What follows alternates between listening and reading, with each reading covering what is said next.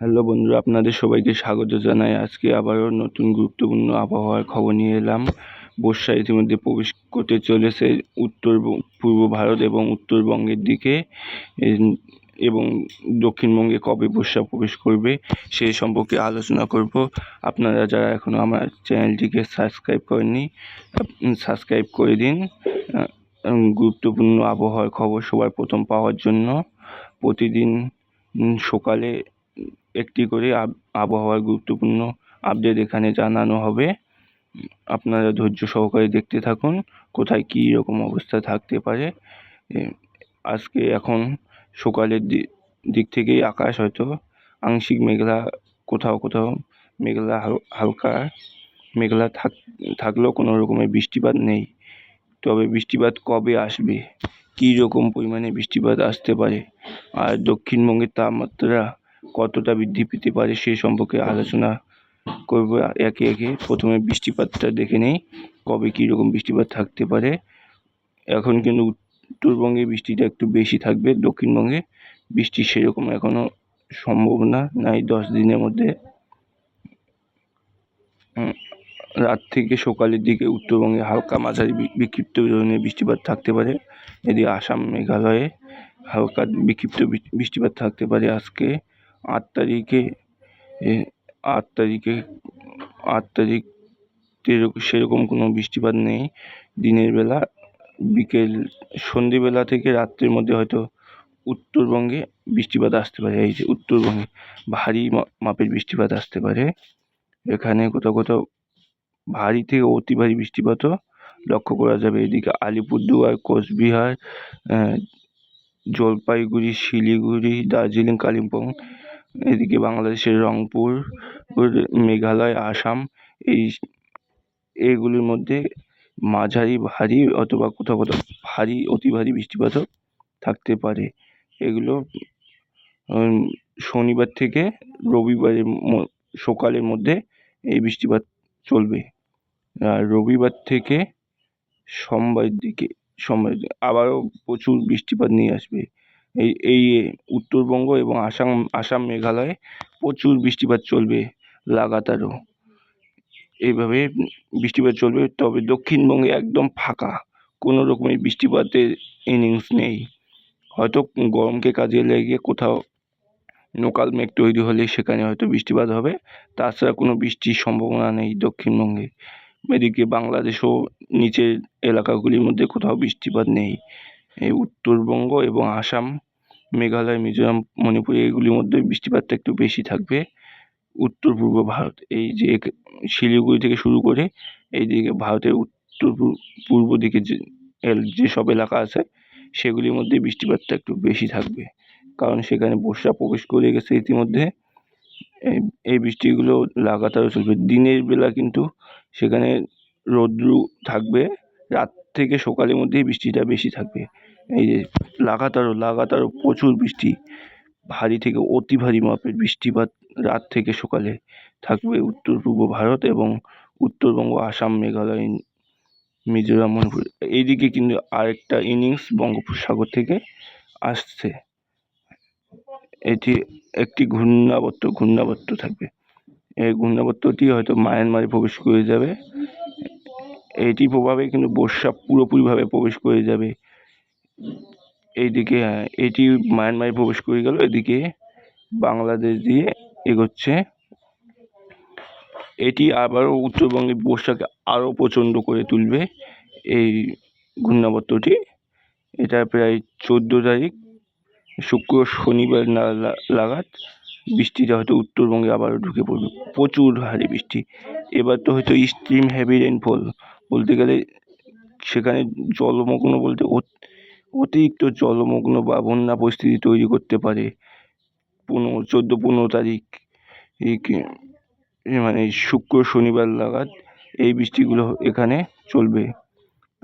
প্রচুর এখানে দেখতে পাওয়া যাচ্ছে এত হারে বৃষ্টি হবে এখানে। হয়তো তিস্তা নদীর জলঢাকা নদী এবং ব্রহ্মপুত্র নদীর জল হয়তো প্রচুর বৃদ্ধি পাবে, যার প্রভাবে এদিকে এই অংশগুলির মধ্যে বন্যা পরিস্থিতির সৃষ্টি করতে পারে।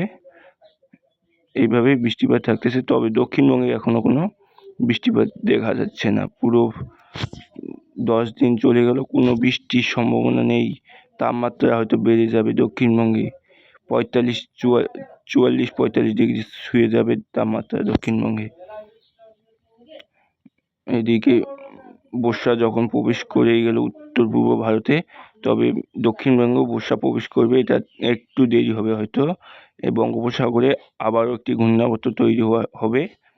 এই ঘূর্ণাবর্ত যখন এদিকে প্রবেশ করবে, হয়তো এদিকে বাংলাদেশে নতুবা পশ্চিমবঙ্গে, এই কোন জায়গায় প্রবেশ করে, যেদিকে প্রবেশ করবে, প্রবেশ করার পরবর্তীতে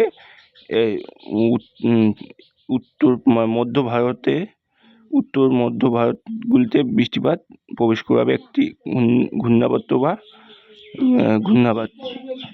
সেটা কিন্তু ঘূর্ণিঝড় নয়, সেরকম ঘূর্ণাবর্ত তৈরি হবে, যে এরকম ঘূর্ণাবর্ত মায়ানমারে প্রবেশ করবে। এইরকম আরেকটি ঘূর্ণাবর্ত হয়তো তৈরি হবে। এটা কবে তৈরি হবে সেগুলো সম্পর্কে আমি আপনাদের জানাবো। আপনারা আমার চ্যানেলটিকে সাবস্ক্রাইব করে রাখুন সমস্ত ব্যাপারগুলি একে একে জানার জন্য। চলো এখানে দেখা যাক তাপমাত্রা কীরকম থাকতে পারে। আজকে দক্ষিণবঙ্গে কীরকম তাপমাত্রা রয়েছে। 39 ডিগ্রি, আজকে 39 ডিগ্রি ছুঁয়ে গেছে দক্ষিণবঙ্গে। ধানবাদে 39, কলকাতায় 36, তাপমাত্রা প্রচুর বৃদ্ধি পেয়ে গেছে। উত্তরবঙ্গে তো তাপমাত্রা একটু হয়তো আজকের দিনটা হয়তো একটু বেশি থাকবে, কালকে থেকে আবার হয়তো বৃষ্টিপাত শুরু হলে তাপমাত্রা নিচে নেমে যাবে, কমে যাবে। এদিকে দক্ষিণবঙ্গে তাপমাত্রা বৃদ্ধি পাবে 43 ডিগ্রি, শনিবার 43 ডিগ্রি ছুঁয়ে যাবে। আজকে থেকে কালকে হয়তো 4 ডিগ্রি তাপমাত্রা বেড়ে যেতে পারে। রবিবার কীরকম 44 ডিগ্রি ছুঁয়ে যাবে। আবারও প্রচণ্ড গরম তাপপ্রবাহ শুরু হয়ে যাবে। ধানবাদে 44 ডিগ্রি তাপমাত্রা, বাঁকুড়াতে 43, বর্ধমানে 38, দুর্গাপুরে 41, ধানবাদে 44 তো বললাম,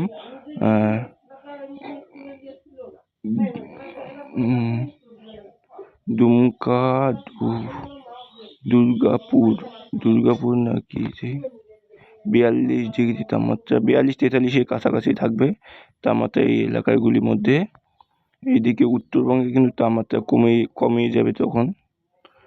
এইদিকে দক্ষিণবঙ্গের তাপমাত্রা একটু বৃদ্ধি থাকবে আস্তে আস্তে। এটা হয়তো যতদিন পর্যন্ত কোনো রকমের ঘূর্ণাবর্ত বা বৃষ্টিপাতের দেখা না মিলবে, ততদিন কোনো তাপমাত্রা পরিবর্তন হবে না।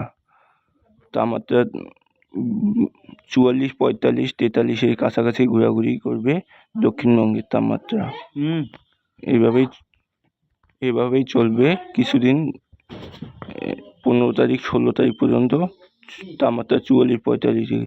15 তারিখে 45 ডিগ্রি ছুঁয়ে গেছে হয়তো, দেখলাম 45 ডিগ্রি না, হ্যাঁ 45 ডিগ্রি।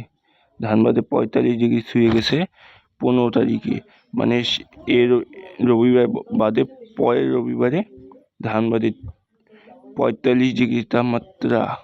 আবারও প্রচণ্ড তাপপ্রবাহ শুরু হয়ে গেল দক্ষিণবঙ্গে। এইরকম গরম হাইফাই অবস্থা হয়ে যাবে। আবারও মানুষের অবস্থা এমনিতেই নাজেহাল হয়ে গেছে, আবারও প্রচুর গরমে হয়তো প্রচণ্ড অসুবিধা হবে মানুষের।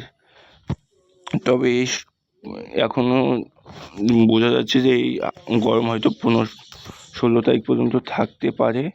এই গরম থেকে কবে মুক্তি পাবে মানুষ, এই সম্পর্কে বিস্তারিত জানানো হবে পরে আপডেটগুলি দেখবেন। আর এদিকে কিন্তু উত্তরবঙ্গে সেই সময় কোনো রকমের তাপমাত্রা বেশি থাকবে না, প্রচুর বৃষ্টি চলবে এখানে উত্তরবঙ্গে। একদিকে প্রচুর বন্যা বৃষ্টি, আর একদিকে রৌদ্রুতে প্রচণ্ড তাপদাহ। বৃষ্টির পরিমাণ উত্তরবঙ্গে যখন বৃষ্টি প্রচুর হবে, বৃষ্টির পরিমাণটা দেখায় কত পরিমাণ। পরের 10 দিনে উত্তরবঙ্গে কীরকম বৃষ্টিপাত থাকতে পারে। উত্তরবঙ্গে এই দিকগুলোতে কিন্তু বর্ষা প্রবেশ করে গেছে। এখানে সেটিংয়ের গন্ডগোল আছে, 26 ইঞ্চির কাছাকাছি বৃষ্টি কোথাও। এগুলো পরে আবারও জানাবো পরের আপডেটে আপনাদের। এখনকার আপডেট এখান পর্যন্তই রাখলাম, পরের আপডেটে দেখা হবে আপনাদের সাথে। ভালো থেকো, সুস্থ থেকো।